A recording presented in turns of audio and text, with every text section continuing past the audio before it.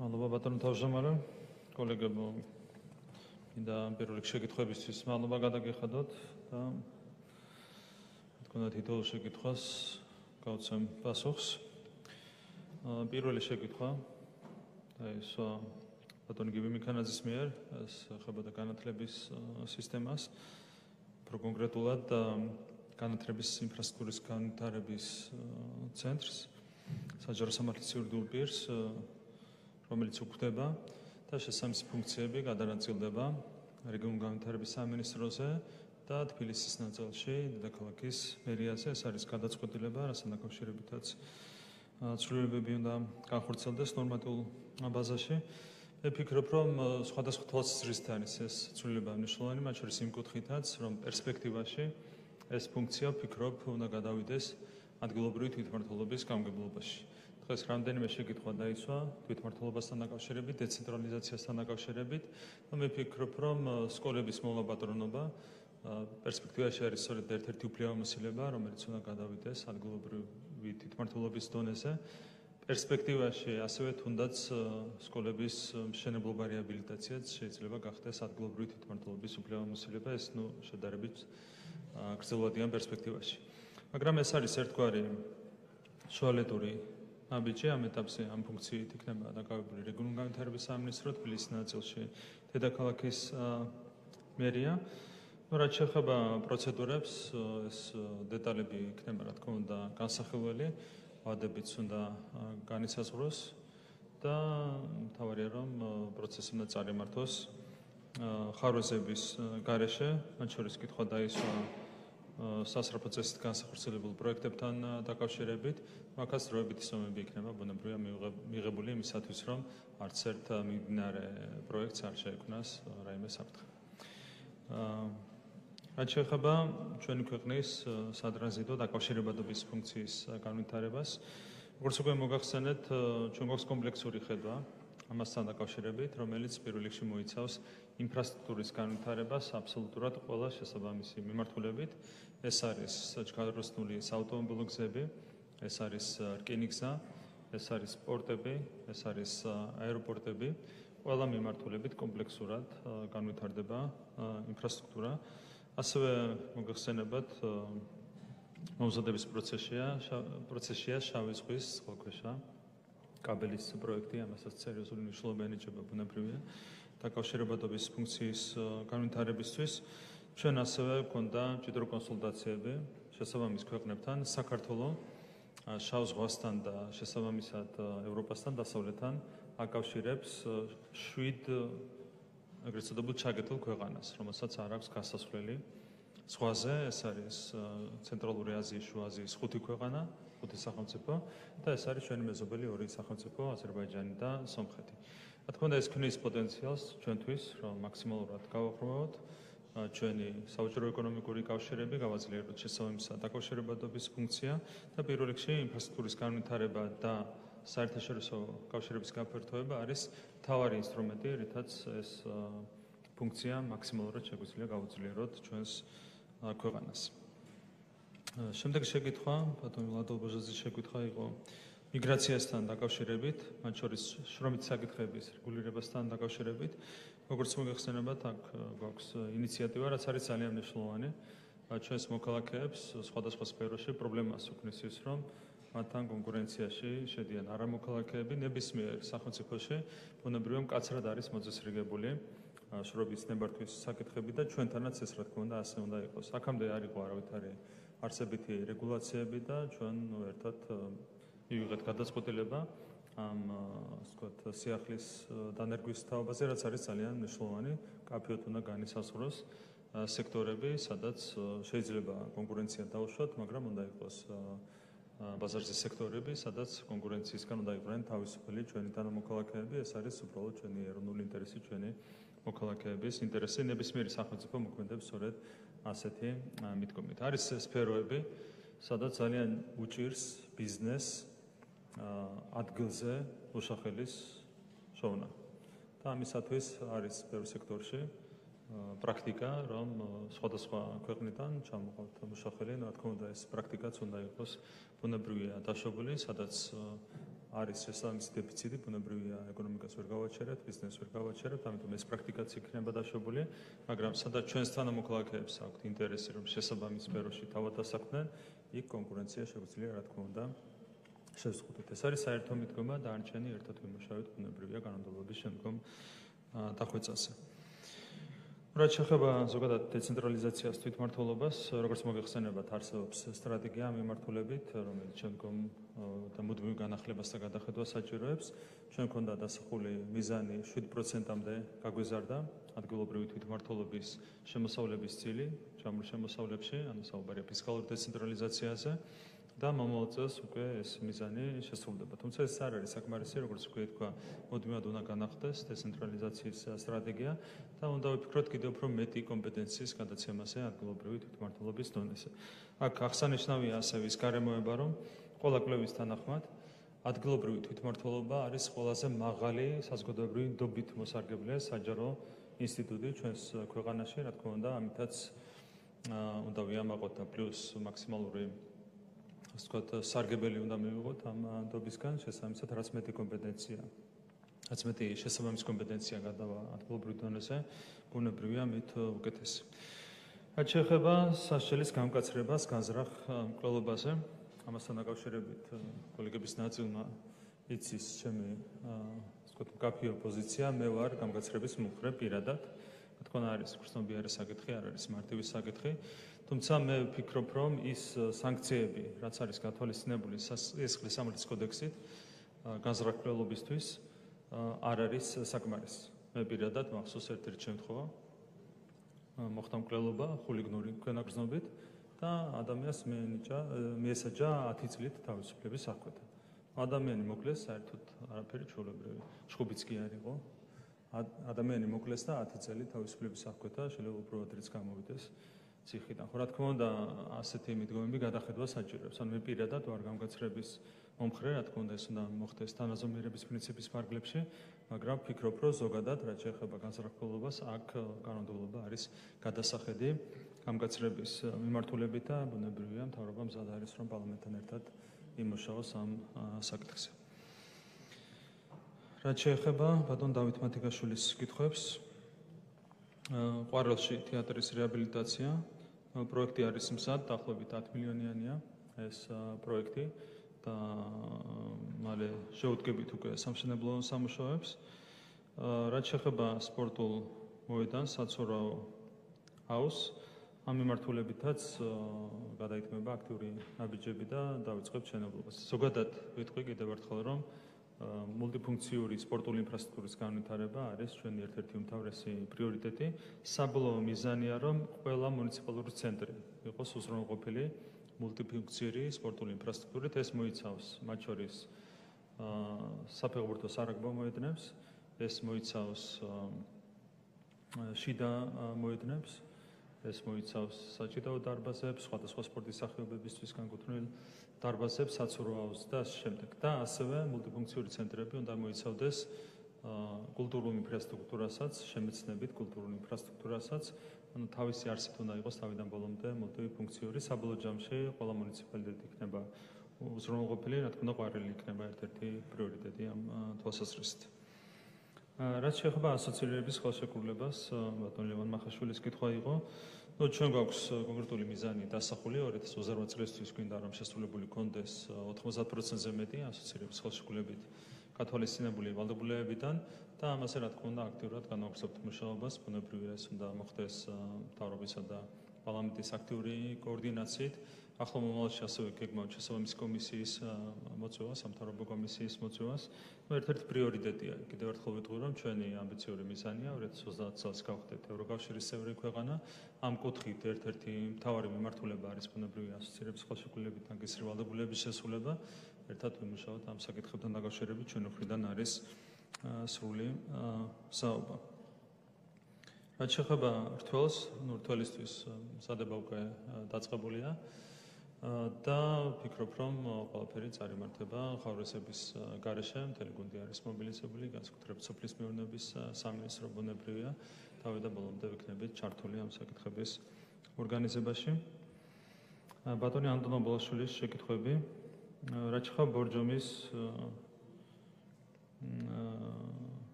ტრანზიტულ მოძრაობას, ეს რა თქმა უნდა არის სერიოზული გამოწვევა, პრობლემა თვითონ კურორტისთვის. უბრალოდ არის კომპლექსური საკითხი, რაც თავადაც მოგეხსენებათ, მათ შორის სპეციალისტების ნაწილი ფიქრობს, რომ შეიძლება დაიკარგოს უნიკალური ბორჯომის წყალი ინფრასტრუქტურული ჩარევის საფუძველზე. ასეთი მოსაზრება არსებობს. ამიტომ დაგჭირდება სიღრმისეული კვლევა იმისათვის, რომ საბოლოო ჯამში ამ პროექტთან დაკავშირებით მივიღოთ გადაწყვეტილება. რაც შეეხება ლიკანის სასახლეს, რომანოვების სასახლეს, მე ვფიქრობ, რომ ეს საკითხი უნდა იყოს კომპლექსურად განხილული სასტუმრო ინფრასტრუქტურასთან ერთად. სასტუმრო ინფრასტრუქტურაც საჭიროებს განახლებას, რეაბილიტაციას და შეგვიძლია გავცეთ დაპირება, რომ ვიმუშავებთ კომპლექსურად, როგორც სასტუმროს განახლების საკითხზე, ასევე ამასთან ერთად ლიკანის სასახლის განახლების საკითხზე და მალევე მივიღებთ გადაწყვეტილებას, თქვენი ჩართულობა იქნება ამ საკითხში ძალიან მნიშვნელოვანი. რაც შეეხება რაბათის ციხეს და მის რეაბილიტაციას, ბატონ რეზისოხაძესთან ერთად ქონდა საუბარი და დავიწყებთ მუშაობას, რა თქმა უნდა, ერთ-ერთი პრიორიტეტია და ყველაფერი გაკეთება იმისათვის, რომ რაც შეიძლება სწრაფ ვადებში დავიწყოთ მუშაობა და განახორციელოთ რეაბილიტაციის პროექტი. რაც შეეხება ადიგენის კულტურის სახლს, აქაც მულტიფუნქციური მიდგომით გვინდა წავიდეთ, გამომდინარე იქიდან, რომ დღეს ადიგენი არის ერთ-ერთი მუნიციპალიტეტი, სადაც ასეთი ინფრასტრუქტურა საერთოდ არ არის უზრუნველყოფილი, მათ შორის კულტურის სახლიც პრაქტიკულად არ არსებობს. ადიგენი იქნება ბუნებრივი ერთ-ერთი პრიორიტეტი. რაც შეეხება კონკრეტულად ვადებს, დღეს გამიჭირდება კონკრეტული ვადის დასახელება, მაგრამ ახლოს მომავალში ინფრასტრუქტურის სამინისტროსთან ერთად ჩვენ წარმოვადგენთ უკვე დეტალურ გეგმას, რომელიც მთელს ქვეყანას მოიცავს და იქ იქნება ასახული პრიორიტეტები თავისი ვადების გათვალისწინებით და იქ უკვე შეგვიძლია კონკრეტულ ვადებზე საუბარი უშუალოდ ადიგენის მულტიფუნქციურ ცენტრთან დაკავშირებით. იგივე ხება ასპინძის სტადიონსაც, აქაც ერთიანი გეგმის ნაწილი იქნება და იქ ერთად შეგვიძლია განვიხილოთ ეს გეგმა, ერთიანი გეგმა ქვეყნის მასშტაბით და ვადებსაც საბოლოო ჯამში ვიმსჯელოთ და საბოლოო გადაწყვეტილება ასე მივიღოთ. რაც შეეხება ხოლოზარზმის გზას, ამაზე უკვე გაგზიარეთ ინფორმაცია, ბატონი აზორ პოლკოცის შეკითხვა იყო. წელს როგორც უკვე ითქვა, დასრულდება ძირითადი მონაკვეთის მშენებლობა და მომავალ წელს საფხულისთვის დასრულდება ასევე მეწყრული მონაკვეთების მშენებლობა, ასფალტის საფარის დაგება. რაც შეეხება გოდერძის საბაგირო გზას, თუ საქმე ეხება კურორტს, გოდერძის კურორტს, საპროექტო სამუშაოები წარმოებს ამასთან დაკავშირებით და კომპლექსურად იქნება მიღებული გადაწყვეტილებები ყველა საკითხთან დაკავშირებით, მათ შორის საბაგირო ინფრასტრუქტურის გაფართოებასთან დაკავშირებითაც. დემოგრაფიის შესახებ დაისვა რამდენიმე შეკითხვა, ქალბატონმა ნინო წილოსანმა დასვა ეს შეკითხვა, ასევე ქალბატონმა მარიამ ლაშხმა. სხვა შეკითხვებიც იყო თუ არ ვცდები. დემოგრაფია არის რა თქმა უნდა ჩვენთვის ერთ-ერთი უმთავრესი გამოწვევა. ჩვენ გვაქვს სწრაფი ეკონომიკური ზრდა, თუმცა სამწუხაროდ დემოგრაფიული თვალსაზრისით გვაქვს განსხვავებული ვითარება, რაშიც თავისი ლოგიკაც არის. რეალურად ეკონომიკური ზრდა და დემოგრაფიული პროგრესი ერთმანეთთან არ არის ხოლმე თანხმდროში პირიქით. არსებობს საპირისპირო ასე ვთქვათ სტატისტიკაც, რაც უფრო მეტია სიღარიბე სოფლიოს ამა თუ იმ კუთხეში, მით უფრო მაღალია ხოლმე როგორც წესი დემოგრაფიული მაჩვენებლები. მაგალითად, სოფლიოში მეორე ადგილზეა ღაზა სექტორი შობადობის თვალსაზრისით. ერთ ქალზე მოდის 8.3 ბავშვი. ამ დროს ღაზა სექტორი არის ერთ-ერთი ყველაზე ღარიბი კუთხე სოფლიოში. ანუ არის სამწუხაროდ საპირისპირო კორელაცია. აქედან გამომდინარე გამოწვევა არის განსაკუთრებული, ანუ ეკონომიკის ზრდა თავისთავად არ არის ფაქტორი დემოგრაფიული მდგომარეობის გაუმჯობესებისთვის და არც მხოლოდ ფინანსური და მატერიალური ტიპის ჩარევები არ არის საკმარისი იმისათვის, რომ გაუმჯობესდეს დემოგრაფიული მდგომარეობა ჩვენს ქვეყანაში. კომპლექსური საკითხია. მე შემოგთავაზებთ შევიკრიბოთ დემოგრაფიის კომისიის ფორმატში და ყველა საკითხთან დაკავშირებით ვიმშილოთ კომპლექსურად. ანუ განვიხილოთ როგორც ფინანსური საკითხები, განვიხილოთ ასევე სხვა, მათ შორის იდეოლოგიური საკითხები. ბევრი რამ უკავშირდება ბუნებრივია დემოგრაფიულ განვითარებას. აქ იყო ნახსენები პატრიარქის ინიციატივა, რამაც წლების მანძილზე ძალიან სერიოზული პროგრესი მოგვიტანა დემოგრაფიის კუთხით. ეს არ იყო მატერიალური ინიციატივა. ეს არის ერთ-ერთი მაგალითი, რომელიც აჩვენებს იმას, თუ რამდენად კომპლექსური უნდა იყოს მიდგომა დემოგრაფიის საკითხებთან დაკავშირებით. მოკლედ ვზადვართ, რა თქმა უნდა, კონსულტაციებისთვის ამ საკითხის შესახებ, მათ შორის ნახსენები იყო იპოთეკური მხარდაჭერის პროგრამა, რითაც საკმაოდ ბევრმა ჩვენმა თანამოქალაქემ ისარგებლა. კერძოდ წელიწადში 1800 ოჯახი სარგებლობდა საშუალოდ ამ პროგრამით, მთლიანობაში ისარგებლა 7513-მა ოჯახმა. სახელმწიფო სუბსიდიამ შეადგინა 100 მილიონი ლარი, რა თქმა უნდა, ასეთი ინიციატივებიც არის მნიშვნელოვანი. ყველა საკითხი განვიხილოთ კომპლექსურად, ანუ როგორც ფინანსური მხარდაჭერის, მატერიალური მხარდაჭერის საკითხები, ასევე ნებისმიერი სხვა შეასრულო ინიციატივა, რომელიც შეიძლება დაგეხმაროს დემოგრაფიული მდგომარეობის გაუმჯობესებაში. მთავარი პრობლემა არის შობადობის დაბალი მაჩვენებელი. სამწუხაროდ შარშანაც შობადობა არ აჭარბებდა გარდაცვალების მაჩვენებელს, ასეთია სამწუხარო ტენდენცია. რა თქმა უნდა, ჩვენი ამოცანაა, რომ ეს ტენდენცია შემოვაბრუნოთ. რაც შეეხება მიგრაციას, მიგრაციაც არის, რა თქმა უნდა, სერიოზული პრობლემა. შარშანდელი წელი იყო პირველი წელი კოვიდის წლის შემდეგ, 2020 წლის შემდეგ, როდესაც დაფიქსირდა დადებითი მიგრაციული სალდო საქართველოს მოქალაქეების ნაწილში. 2021, 22, 23 წლები აქაც ჰქონდა უარყოფითი სალდო. აქაც არის, რა თქმა უნდა, ინიციატივებზე საფიქრებელი. მოკლედ, ყველა საკითხი კომპლექსურად განვიხილოთ, რაც უკავშირდება დემოგრაფიას, მოვიწვიოთ კომისიის ხდომა და ვიმშევლოთ ყველა თემაზე ერთად. რაც შეეხება სოფლის მეურნეობას და აგრარული განათლების საკითხს, რაზეც ბატონმა გელასამ ხარვალმა დასვა შეკითხვა, მე ვისაუბრე საუნივერსიტეტო კომპლექსურ რეფორმასთან დაკავშირებით და ეს რეფორმის ინიციატივა მოიცავს მათ შორის რეგიონულ უნივერსიტეტებსაც. ასევე თქვენ მოგეხსენებათ, რომ საქართველოში მოქმედებდა საკმაოდ დიდი მასშტაბის აგრარული უნივერსიტეტი, რომელიც წინა ხელისუფლებამ გაასკვისა სხვა სტრატეგიულ, ასე ვთქვათ, ობიექტებთან ერთად და ამ დარგს ექცეოდა აგრარულ განათლებას, ექცეოდა მინიმალური ყურადღება, თუ საერთოდ ექცეოდა. შესაბამისად გვაქვს რთული მდგომარეობა ამ თვალსაზრისით.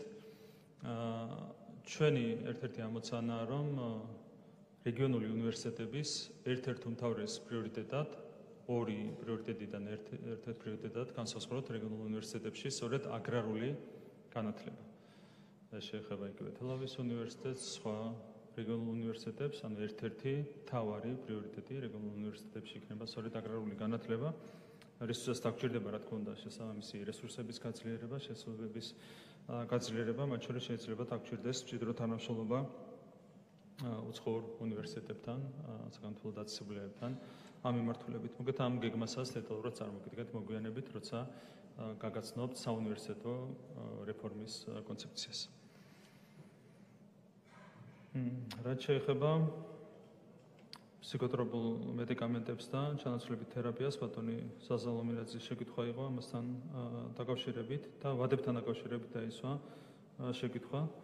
მომავალ კვირაში უნდა იყოს მიღებული შესაბამისი კანონპროექტი, მანამდე რამდენიმე დღე გვაქვს და შეგვიძლია ვიმშელოთ ვადებთან დაკავშირებით, მანამდე უნდა იქნეს მიღებული გადაწყვეტილებები. მიდგომა არის ის, რომ რაც შეიძლება სწრაფ ვადებში უნდა მოხდეს გადმობარება.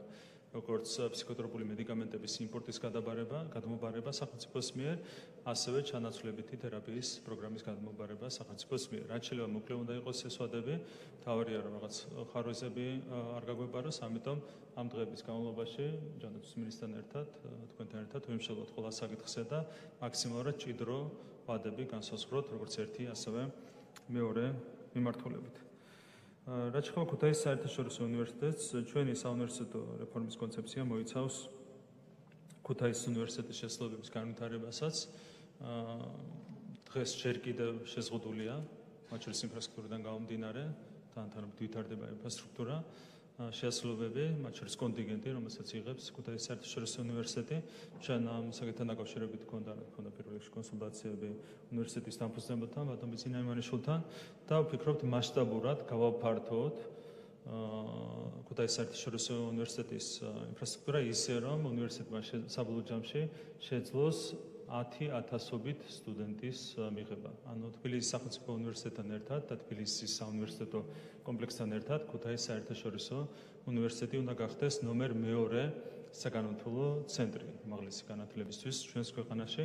ეს არის ზოგადი ხედვა, დანარჩენი დეტალები იქნება განსაზღვრული სწორედ საუნივერსიტეტო რეფორმის კონცეფციით, რაც შეეხება ადრონული თერაპიის დანერგვას. ფონდი ქართო არის უშუალოდ წარმართავს შესაბამის სამუშაოებს, მე მქონდა კონსულტაციები ფონდის ხელმძღვანელობასთან და სათანადო ვადებში ეს საკითხიც იქნება, რა თქმა უნდა, მოწესრიგებული. რაც შეეხება ბატონი გიორგი ხახობიას შეკითხვებს, ოფოთან დაკავშირებით მქონდა მნიშვნელოვანი ინიციატივები, მათ შორის მნიშვნელოვანი იყო ადგილობრივი საკონტეინერო მოსაკრებლის შემოღება, მაშინ პარლამენტის წევრი ვიყავი და ერთად მივიღეთ ეს გადაწყვეტილება ბატონი გიორგი ხახობიას ინიციატივით. ასევე ძალიან მნიშვნელოვანი იყო, რა თქმა უნდა, 20 მილიონის დამატება ფოთის მუნიციპალიტეტის ბიუჯეტში. ეს არ არის ერთჯერადი დამატება, ყოველი წლის განმავლობაში უზრუნველყოფილი იქნება პლუს 20 მილიონით სტანდარტული ზრდის მიღმა ფოთის ბიუჯეტის განსაზღვრა. რაც შეეხება ინფრასტრუქტურას, ფოთის თეატრის რეაბილიტაცია საკმაოდ ძვირად ღირებული პროექტია თავის დროზე. აქაც გავიხსენებ წინა ხელისუფლებას, საკმაოდ არასწორი ფორმით განხორციელდა ეს პროექტი. შესაბამისად, საკმაოდ ძვირი ხდება რეაბილიტაცია. საკითხის დამატებით შევისწავლით, ყველა შემთხვევაში ფოთში მულტიფუნქციური ინფრასტრუქტურის განვითარება იქნება ერთ-ერთი პრიორიტეტი. ეს არის ერთ-ერთი უნიშნულოვანი ქალაქი ჩვენი ქვეყნისთვის.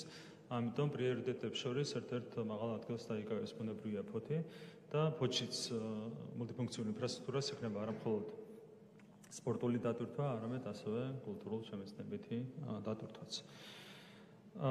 რაც შეეხება ხობს და სენაკს, სენაკში უკვე დაწყებული გვაქვს მუშაობა მოედნის და ჰაუზის მოწყობა მშენებლობის მიმართულებით.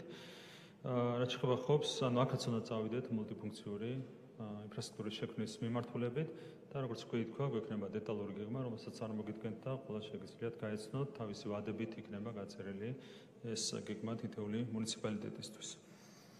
რაც შეეხება ლებარდეს და ტობოვარცხილის განვითარებას, ბატონი ილია ინტეს შეკითხვები იყო ამასთან დაკავშირებით.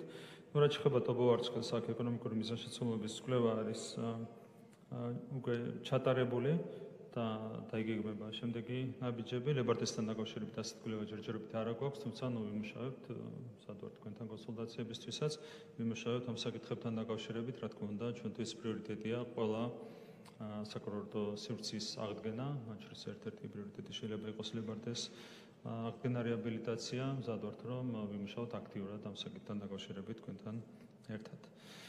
რაც შეეხება ბატონი გიორგი ჩაგვეტაძის შეკითხვას, რომელიც უკავშირდება მოქალაქეობის აღდგენის გამარტივებას ჩვენი ყოფილი მოქალაქეებისთვის და ეთნიკურად ქართველებისთვის. შესაბამისი კანონპროექტი პრაქტიკულად უკვე მომზადებულია, სერიოზულად იყო გართულებული შესაბამისი პროცედურები. შესაბამისი კანონპროექტი პრაქტიკულად უკვე არის მომზადებული და თქვენთან კონსულტაციების საფუძველზე უკვე პარლამენტში შემოვიდათ ამ კანონპროექტს. იუსტიციის მინისტრი მუშაობდა ამ საკითხთან დაკავშირებით და მზად ვართ, რომ უკვე საშემოდგომო სესიიდან თქვენთან ერთად ვიმუშაოთ ამ კანონპროექტის მიღების შესახებ. რაც შეეხება ქალბატონი მაია ბითაძის შეკითხვებს, სანებართვო სისტემასთან დაკავშირებით მიღებულია კანონმდებლობა. აქ პირველ რიგში რაც მინდა თქვა არის ის, რომ გვინდა ერთი ფანჯრის პრინციპის დანერგვა, რომლის საფუძველზეც იქნება უზრუნველყოფილი შესაბამისი ნებართვების გაცემა და ამასაც რა თქმა უნდა თქვენთან ერთად შეგვიძლია აქტიურად ვიმუშაოთ. რაც შეეხება ფიტოსანიტარიას, ეს არის რა თქმა უნდა ერთ-ერთი სერიოზული გამოწვევა, მათ შორის დედაქალაქში, მაგრამ არა მარტო რეგიონებშიც. სამინისტრო თავად უზრუნველყოფს სააგენტოს გამგებლობის ქვეშ არსებული ტყის ფონდის მოლაპატრონობას. რაც შეეხება მუნიციპალიტეტებს, აქ მივდივართ კონსულტაციების გზით. ეს არის ზოგადი მიდგომა და რა თქმა უნდა ეს პრიორიტეტად დარჩება. რაც შეეხება რუსთავის სტადიონს, ბატონი ირაკლი შატაკიშვილის შეკითხვა იყო. ტექნიკური დავალება უკვე მზადდება. რუსთავში პრაქტიკულად ახალი სტადიონი აშენდება. ეს იქნება UEFA-ს მეოთხე კატეგორიის სტადიონი. რაც შეეხება მაყურებლის რაოდენობას, ვფიქრობ დროიდან 10,000-მდე იყოს მაყურებლის რაოდენობა. ვფიქრობთ, რომ გამომდინარე დედაქალაქიდან, ასე ვთქვათ, სიახლოვიდან ძალიან კარგი იქნება ამ სტადიონის დატვირთვა, არა მხოლოდ ქალაქის თავშოთ საკლუბო საჭიროებებისთვის, არამედ ასევე თავშოთ საფეხბურთო გუნდებისთვის, ახალგაზრდული ნაკრებისთვის მაგალითად, ასევე სარაგბო მატჩებისთვის, ან მაქსიმალურად გვინდა რომ დავტვირთოთ რუსთავის სტადიონი, რომელიც იქნება ძალიან გამართული ინფრასტრუქტურა, როგორც ვთქვა, UEFA-ს მეოთხე კატეგორიის სტადიონი აშენდება რუსთავში დღეს არსებული სტადიონის ტერიტორიაზე. რაც შეეხება კამპუსს, კიდევ ერთხელ ვიტყვი, რომ შესაბამისი კონცეფცია იქნება წარმოდგენილი და რუსთავის მიმდებარედ ვფიქრობთ კამპუსის შენებლობას, რაც ორმაგი თვალსაზრისით იქნება მომგებიანი, თბილისის განტვირთვა, ეს არის ერთ-ერთი ამოცანა, თბილისი მეტად არის დატვირთული და რუსთავი არის მეტად დასატვირთი, ასე ვთქვათ. თბილისის განტვირთვა და რუსთავის დატვირთვა, ორმაგი ეფექტი იქნება ამ კამპუსის შენებლობას და არჩენ დეტალებთან დაკავშირებით, რა თქმა უნდა, გაგიზიარებთ სრულ ინფორმაციას. ანუ ძალიან მნიშვნელოვანი იქნება რუსთავისთვის თავისთავად ამ პროექტის განხორციელება და ძალიან კომფორტული იქნება ასევე თვითონ უნივერსიტეტის პოტენციური სტუდენტებისთვის ეს პროექტი. რაც შეეხება ენერგეტიკას, ბატონი ბეჟანწაკიძის შეკითხვა იყო თვითგმარობასთან დაკავშირებით. ჩვენ გვაქვს გეგმა 2030 წელს მივახციოთ, ასე ვთქვათ, თვითგმარობას, როდესაც მოხმარებას გადააჭარბებს გამომუშავება, დაახლოებით 10,000 მეგავატი არის ამისათვის საჭირო და მივყვებით გეგმას. როგორც უკვე აღენიშნა, ჩვენ ვფიქრობთ სერიოზული რეფორმების გატარებას ენერგეტიკის სფეროში და სწორედ ეს რეფორმები იქნება იმის გარანტია, რომ ეს გეგმა პირნათლად თავიდან ბოლომდე შესრულდება. რაც შეეხება ბატონი ზვიად ჩალამბერიძის შეკითხვას მაღალმთიანი რეგიონების განვითარების შესახებ. თქვენ იცით, რომ ძალიან მასშტაბური ინიციატივები განხორციელდა ჩვენი ხელისუფლების პირობებში მაღალმთიანი რეგიონების მიმართულებით და რა თქმა უნდა ყურადღებას არ მოვაქლებთ მომავალშიც მუდმივად ვესწრებით ახალი ინიციატივების შემოშევებას იმისათვის, რომ მაღალმთიანი რეგიონები კიდევ უფრო მეტად განვითარდეს, იმისათვის, რომ მაქსიმალურად ამაგრდეს ადგილობრივი მოსახლეობა მაღალმთიან რეგიონებში, ბუნებრივია პარლამენტთან გვექნება მჭიდრო კონსულტაციები ამ საკითხზე. რაც შეეხება შორაპნის ციხეს, ამასთან დაკავშირებით გავივლით კონსულტაციებს, დამუშავებული არ არის ეს საკითხი, გვექნება კონსულტაციები როგორც კულტურის სამინისტროსთან, ასევე ინფრასტრუქტურის სამინისტროსთან. მოვამზადებთ მიდგომას და თქვენთან ერთად გავივლით, რა თქმა უნდა, ამ საკითხს. გეთანხმებით, რომ ძალიან ღირებული იქნება რეგიონისთვის, კონკრეტულად სესტაფონის მუნიციპალიტეტისთვის ამ ძეგლის აღდგენა და რეაბილიტაცია. რაც შეეხება ბატონის ოზარსუბარის შეკითხვას ჰესებთან დაკავშირებით, მე აღვნიშნე, რომ იყო აბსოლუტურად არასწორი პრაქტიკა დამკვიდრებული ამ მიმართულებით, მათ შორის იყო შანტაჟის პრაქტიკა, იყო შემთხვევები, როდესაც გამოყავდათ ხალხი და მერე წელში უჯდებოდნენ კონკრეტულ ინვესტორებს, კონკრეტული ფაქტები ვიცით ამასთან დაკავშირებით. იყო სხვა შემთხვევებიც, როდესაც პოლიტიკური ინტერესი იყო. მათ შორის მე შეგახსენებთ, რომ ერთ-ერთი მსხვილი ჰიდროელექტროსადგურის შენებლობისას უცხოეთიდან არ გამჭვირვალედ დაფინანსებული NGO-ები გამოყავდათ იმისათვის, რომ ეს პროექტი დაებლოკათ. ეს არის აბსოლუტურად არაჯანსაღი მიდგომა. კიდევ ერთხელ გაიმეორებ, რომ ვიღაცას მოეჩვენა, რომ სახელმწიფო იყო დასუსტებული, შეიძლება რაღაც ობიექტური მიზეზებიც იყო მაშინ თავის დროზე. დღეს არის სხვა მდგომარეობა, სადაც სახელმწიფო სჭირდება შესაბამისი ეკონომიკური სტრატეგიული ობიექტების შენებლობა, ყველა ობიექტი აშენდება.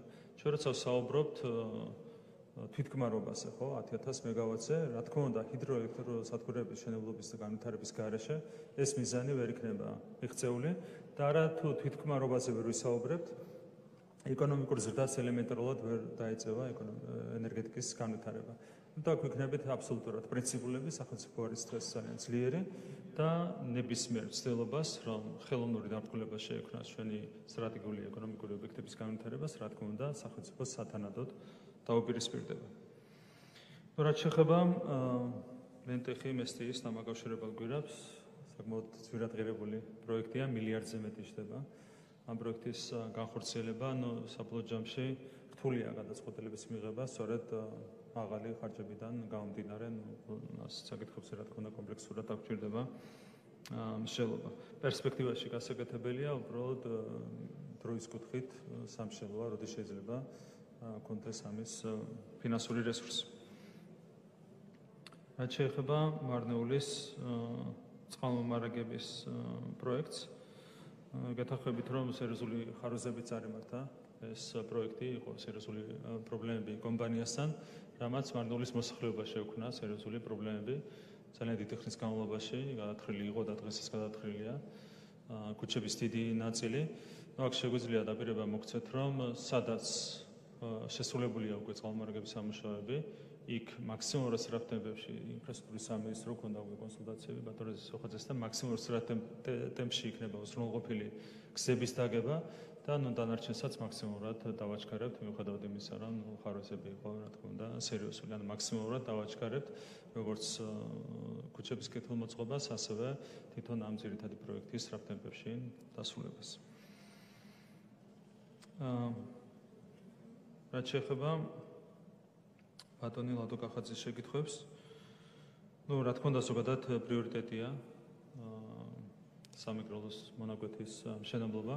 მე ასევე ვახსენე, რომ ჩვენ უკვე გვაქვს დაგეგმილი ანაკლიის მიმართულებით მაგისტრალური გზის მშენებლობა.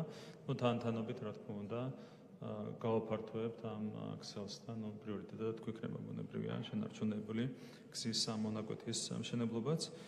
რაც შეეხება დიდ რეგიონულ ნავთობ გადამამუშავებელ საწარმოას, ამ ეტაპზე მოგხსენებათ, რომ ყულევში შენდება ძალიან მასშტაბური ნავთობ გადამამუშავებელი საწარმო, რომელიც რეალურად საჭიროებებს დააკმაყოფილებს, როგორც კი პროექტი დასრულდება. პერსპექტივაში, როდესაც გაიზრდება ნაკადები, ბუნებრივია, შეიძლება გახდეს დამატებით სოფსის ტერიტორიაზე შესაბამის საწარმოს განვითარება საჭირო. ეს დამოკიდებული იქნება შემდგომ განვითარებაზე. რაც შეეხება ქალბატონი ირმა ზამრადაშვილის შეკითხვებს, ჩანაცვლებით თერაპიაზე და ფსიქოთერაპიულებზე უკვე მოგახსენეთ, თუმცა დამატებით ვიტყვი, რომ რა თქმა უნდა პრაქტიკა არის ძალიან მნიშვნელოვანი. მხოლოდ სახელმწიფოს მიერ ამ სერვისის თუ იმპორტის სამოღება არ არის საკმარისი. თვითონ ჩანაცვლებით თერაპიას რაც შეეხება მათ შორის სახელმწიფო მომსახურების ნაწილში, რა თქმა უნდა მნიშვნელოვანია, რომ ეს მომსახურება იყოს მთლიანად ორიენტირებული განკურნებაზე. რასთან დაკავშირებითაც გარკვეული კითხვები არსებობს. მე შემიძლია მოგცეთ პირობა, რა თქმა უნდა ჩანაცვლის მინისტრთან ერთად, რომ მაქსიმალურად გავაკონტროლებთ ამ პროცესს და ასევე გადავხედავთ მაქსიმალურად კაცრად პრაქტიკას. თუ არ არის ორიენტირებული პროცესი პაციენტის განკურნებაზე, ამ შემთხვევაში პაციენტი უნდა გავიდეს მომსახურებიდან, ეს იქნება ძალიან მკაცრად უზრუნველყოფილი. ამის გარეშე მხოლოდ სახელმწიფოს მიერ ამ სერვისის სამოღებას, რა თქმა უნდა, არავითარი ეფექტი არ იქნება. ანალოგიურად, რაც შეეხება ფსიქოთერაპიულებს, ერთია იმპორტის შეზღუდვა, რატომ არის მნიშვნელოვანი იმპორტის სამოღება სახელმწიფოს მიერ. იმიტომ რომ თავარი, ვისაც აქვს ინტერესი, რომ მაქსიმალურად გაზარდოს ხელოვნურად რეალიზაცია, ეს არის სწორედ იმპორტიორი კომპანია. მაგრამ ამის მიღმა რჩება ბუნებრივია რისკები. რისკები რჩება თვითონ ფსიქოთერაპიული აფთიაგების დონეზე და რისკები რჩება რეცეპტების გამოწერის დროს ექიმების მიერ. ამიტომ აქ რა თქმა უნდა იმპორტის წამოღების მიღმა კაცრი კონტროლი უნდა დამყარდეს როგორც ერთი ასევე მეორე მიმართულებიდან. კიდევ ერთხელ გავიმეორებ, რომ ბუნებრივია მხოლოდ იმპორტის წამოღება არ არის საკმარისი, უზრუნველყოფილი იქნება კონტროლის მაქსიმალური გამკაცრება როგორც ერთი ისე მიმართულებით. ხო, სფერო არის ძალიან, ასე ვთქვათ, მოწყვლადი, ასე რომ ვთქვათ, რისკები არის ბუნებრივია სერიოზული.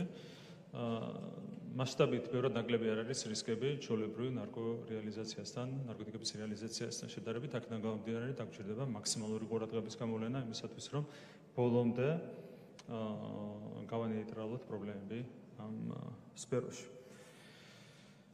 რაც შეეხება ონკოპაციენტებს და ადრეულ დიაგნოსტიკას, სკრინინგის პროგრამა არის ერთ-ერთი მნიშვნელოვანი პროგრამა, რომელსაც ვახორციელებთ ჯანდაცვის სფეროში და წარმატებით ხორციელდება, თუმცა ძალიან მნიშვნელოვანია თვითონ მოცვის არეალი გაიზარდოს და ამაზე აქტიურად ვიმუშავებთ. ანუ ჩვენი ამოცანაა, რომ მინიმუმ 4-ჯერ გაიზარდოს დაფარვის არეალი, რეალური სტატისტიკა და ამაზე რა თქმა უნდა ჯანდაცვის სამინისტრო ძალიან აქტიურად იმუშავებს. რაც შეეხება პირველად ჯანდაცვას, აქ მჭიდრო თანამშრომლობა წარმოებდა საერთაშორისო ფინანსურ ინსტიტუტებთან და იგეგმება დამატებით 120 მილიონი ლარის გამოყოფა შემდეგი 4 წლის განმავლობაში ამ მიმართულებით, პირველადი ჯანდაცვის მიმართულებით. ეს რა თქმა უნდა სერიოზული ინვესტიცია, თუმცა გეგმის მიხედვით ამ ინვესტიციამ 120 მილიონი ლარის ინვესტიციამ უნდა მოქცეს მთლიანობაში ჯანდაცვაში 150 მილიონი ლარის ეკონომია. ანუ საბოლოო ჯამში მართალია ეს არის ერთ შეხედვით ინვესტიცია, თუმცა ეკონომია უნდა მოქცეს იმაზე მეტი ვიდრე ინვესტიცია ჩაიდება ამ მიმართულებით. ანუ აქტიურად წარიმართებოდა ამაზე მუშაობა და შესაბამისი პროგრამა აუცილებლად განხორციელდება და ეს დაფინანსებაც აუცილებლად იქნება გამოყოფილი. რაც შეეხება დიდობის საკითხებს, პროფსასწავლებელი ამასთან დაკავშირებით კონსულტაციები დაგჭირდება მერიასთან, გავერკვევით ვისი არის თავისთავად ეს ინფრასტრუქტურა, ვის საკუთრება, ასეც და ისეც მერიასთან დაგჭირდება კონსულტაციები და შევეცდებით რა თქმა უნდა რომ კონკრეტული ფუნქცია მივცეთ ამ ინფრასტრუქტურას, იქნება ეს პროფესიული სასწავლებელი თუ მულტიფუნქციური ცენტრი. მოგეთ ამასთან დაკავშირებით აქტიურად ვიმუშავებთ. რაც შეეხება ნორჩ დინამოელს და სუკონკის მოედანს, როგორც თქვენც აღნიშნეთ, სუკონკის მოედანი პრივატიზებულია და არ ვიცით აქ რა შეიძლება გაკეთდეს. რაც შეეხება ნორჩ დინამოელს, მართალია ეს ობიექტიც იყო პრივატიზებული სამშენებლო დანიშნულებით, რაც პირდაპირ დანაშაული იყო, წინა ხელისუფლების მიერ ჩადენილი დანაშაული. ნორჩი დინამოელი არის ჩვენი ისტორიის ნაწილი, როგორც მოგეხსენებათ და აბსოლუტურად უგულოდ პირდაპირ გაასხვისეს ეს უნიკალური ბაზა, ასე ვთქვათ, სამშენებლო დანიშნულებით. თან მერე გაირკვა, რომ იქ მშენებლობაც არ იყო შესაძლებელი, გამომდინარე იქიდან, რომ მეტროს ინფრასტრუქტურა გადის შესაბამისი ნაკვეთის ქვეშ, დარჩა ეს ტერიტორია პრაქტიკულად მიტოვებული. ამასთან დაკავშირებით დაწყებული გვაქვს მუშაობა და არსებობს რეალური შესაძლებლობა იმისა, ანუ უკვე საკმაოდ ღრმად ვართ შესული ამ პროცესში, რომ წელსვე წამოვიღოთ და გადავცეთ, რა თქმა უნდა, შესაბამის კერძო სუბიექტთან მოლაპარაკების საფუძველზე წამოვიღოთ და გადავცეთ ეს ინფრასტრუქტურა საქართველოს ფეხბურთის ფედერაციას იმისათვის, რომ სრულფასოვნად აღდგეს ნორჩი დინამოელის ბაზა დიდობის ტერიტორიაზე. რაც შეეხება სოფელ დუისის სკოლას, ბატონმა ირაკლი ხადაგიშვილმა დასვა შეკითხვა ამასთან დაკავშირებით, ჩვენ სია გვაქვს შედგენილი პრიორიტეტული სკოლების და ამ სიაში შედის სოფელ დუისის სკოლაც. შესაბამისად პროცედურები დაიწყება. ვესწრებით მაქსიმალურად უმოკლეს ვადებში პრიორიტეტულობიდან გამომდინარე დავიწყოთ შესაბამისი პროცედურები და შემდეგ უკვე საჯარო სკოლის მშენებლობა სოფელ დუისში. გელათთან დაკავშირებით დაისვა შეკითხვები. მათ შორის ქალბატონი გრედაძის შეკითხვა იყო იმასთან დაკავშირებით, თუ რამდენად შეიძლება მოდელად ავიღოთ გელათის მაგალითი და დავნერგოთ შესაბამისი პროტოკოლი. ამასთან დაკავშირებით შემიძლია გითხრათ, რომ ნამდვილად შეიძლება გელათის პრაქტიკის დანერგვა მოდელად გამომდინარე იქიდან, რომ სწორი მიმართულებით ხორციელდება ეს პროექტი და ანალოგური მიდგომით შეგვიძლია ვიზრუნოთ სხვა ძეგლების რეაბილიტაციაზეც.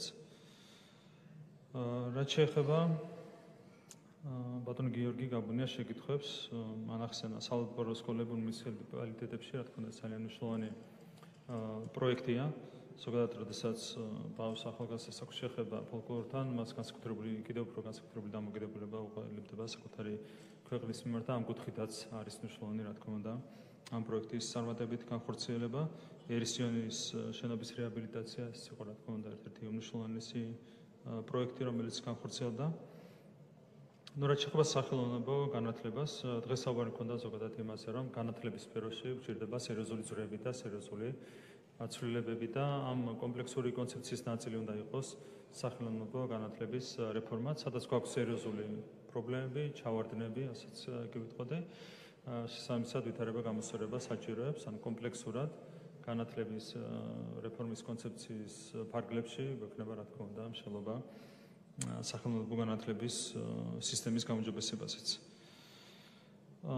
რაც შეეხება ლანჩხუთში კულტურის სახლს, გეთანხმებით, რომ აქაც პრიორიტეტია ინფრასტრუქტურის მოწყობა, გამომდინარე იქიდან, რომ შესაბამისი ინფრასტრუქტურა განსხვავებით მეზობელი მუნიციპალიტეტებისგან ლანჩხუთს არ აქვს. ჩვენ ვესწრებით მაქსიმალურად, რომ მულტიფუნქციური ინფრასტრუქტურა განსაზღვროთ პრიორიტეტულად განსხვავებთან მიმართებით საერთო გეგმაში. ბატონ ირაკლის არქივას ჰქონდა შეკითხვები წალენჯიხის პროექტებთან დაკავშირებით და მსჯელობა წალენჯიხის პროექტებთან დაკავშირებით. ნამდვილად მნიშვნელოვანია თითოეულის პროექტი, რომელიც ხორციელდება და რა თქმა უნდა ვესწრებით მაქსიმალურად გავაფართოვოთ ამ პროექტების არეალი, მათ შორის იუსტიციის სახლი ახსენეთ, რომელიც მუშაობაც რა თქმა უნდა დაიწყება. წალენჯიხას სჭირდება ბუნებრივი იუსტიციის სახლი. ჩვენი მიზანია ზოგადად რომ ყველა მუნიციპალიტეტი იყოს დაფარული შესაბამის ინფრასტრუქტურით და წალენჯიხაშიც რაც შეიძლება სწრაფად მივიღებთ შესაბამის გადაწყვეტილებას. ბატონმა ალუდა ღუდუშაურმა ისაუბრა წინა ხელისუფლების მიერ ჩადენილ დანაშაულებზე, რაც ჩვენ თავსაც უნდა შევახსენოთ ხოლმე და ჩვენ საზოგადოებასაც, რაც შეიძლება ხშირად. ჩვენ გვახსოვს რა რეჟიმი მოქმედებდა საქართველოში 2012 წლამდე. თავიდან ბოლომდე იდგა კრიმინალზე ეს რეჟიმი, ადამიანს ზრუნვა არ იყო არავითარი პრიორიტეტი, პირიქით ადამიანის ღირსების ხელყოფა იყო მათი ხელწერის ერთ-ერთი უმთავრესი შტრიხი. და სწორედ ეს მიდგომა შეიცვალა ფუნდამენტურად 2012 წლის შემდეგ. და შეშფოთებით უნდა გავიხსენოთ კიდევ ერთხელ, რომ ვიღაცებს ქვეყნის გარედან სურდათ ასეთი ადამიანების დაბრუნება ხელისუფლებაში და პირდაპირ წინასაარჩევნო სააგიტაციო განცხადებებიც კეთდებოდა ამასთან დაკავშირებით. რა თქმა უნდა, ქართულ ხალხს ვერავინ აიძულებს, ვინც არ უნდა ურჩიოს ქვეყნის გარედან თუ შიგნიდან, ვერავინ აიძულებს ხელისუფლებაში დააბრუნოს კრიმინალები. ეს აბსოლუტურად დაუშვებელია. მე მინდა ყველას გადავხადო მადლობა, ვინც ჩართულია უშუალოდ საპარლამენტო საგამოძიებო საქმიანობის მუშაობაში, განსაკუთრებით ალბათონ თეატროლოგიანს, რომელიც არის კომისიის ხელმძღვანელი. ძალიან მნიშვნელოვანი პროცესი წარიმართა საქართველოს პარლამენტში. ფართო საზოგადოებას ხშირად შეიძლება ავიწყდებოდეს ის დანაშაულები, რომლებიც თავის დროზე იქნა ჩადენილი. ჩვენც კი ვინც უშუალოდ ვართ ჩართული პოლიტიკურ პროცესში, შეიძლება ემოციურ დონეზე მაინც გავიწყდებოდეს ის დანაშაულები და იმ დანაშაულების მასშტაბი, რასაც ადგილი ჰქონდა 2012 წლამდე.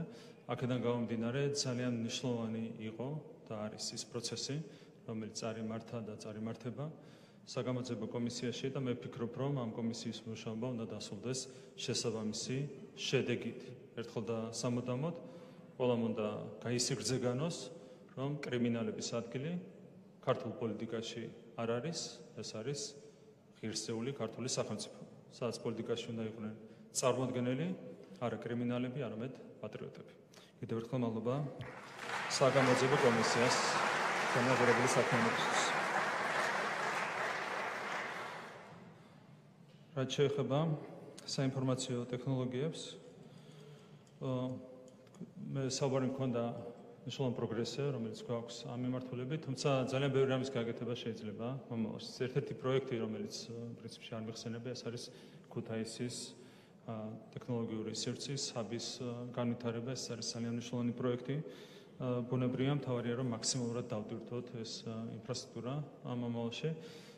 ზოგადად სივრცე ძალიან დიდია განვითარებისთვის. IT სფერო, საინფორმაციო ტექნოლოგიების სფერო არის ერთ-ერთი ყველაზე მზარდი, სწრაფად მზარდი ჩვენს ეკონომიკაში, თუმცა იმდენად დიდია პოტენციალი, რომ მაქსიმალური ინვესტიცია არის ჩასედები ამ მიმართულებით. თქვენ გაქვთ გამორჩეული გამოცდილება ამ სფეროში და შესაბამისად მზად ვართ, რა თქმა უნდა, მთავრობის შესაბამის წევრებთან ერთად აქტიურად ვიმუშაოთ იმისათვის, რომ ახალი ინიციატივები წარვიდგინოთ ამ სფეროში. ერთ-ერთი ინიციატივა, რაც თქვენც ახსენეთ, იყო სამწლიან ბინადრობის ნებართვასთან დაკავშირებული საჭიროა მაქსიმალური წამახალისებელი ზომების მიღება იმისათვის, რომ ეს სექტორი ჩვენს ქვეყანაში განვითარდეს, რა თქმა უნდა, მზად ვართ თქვენთან ძალიან მჭიდრო თანამშრომლობისთვის. დიდი მადლობა, მე მგონი ყველა შეკითხვას გავეცი პასუხი. იყო არა შეკითხვები, არამედ მოსაზრებები სპორტთან დაკავშირებით, კიდევ ერთხელ მინდა ხაზი გაუსვა წარმატების მნიშვნელობა სამ სფეროში. ჩვენ ვართ პატარა ქვეყანა და შესაბამისად დიდ ომებს ჩვენ ვერ მოვიგებთ, არც გვინდა ჩავერთოთ, არც დიდ და არც პატარა ომებში. და ასეთ ვითარებაში თავარი ასპარეზი, სადაც ქართულმა შეიძლება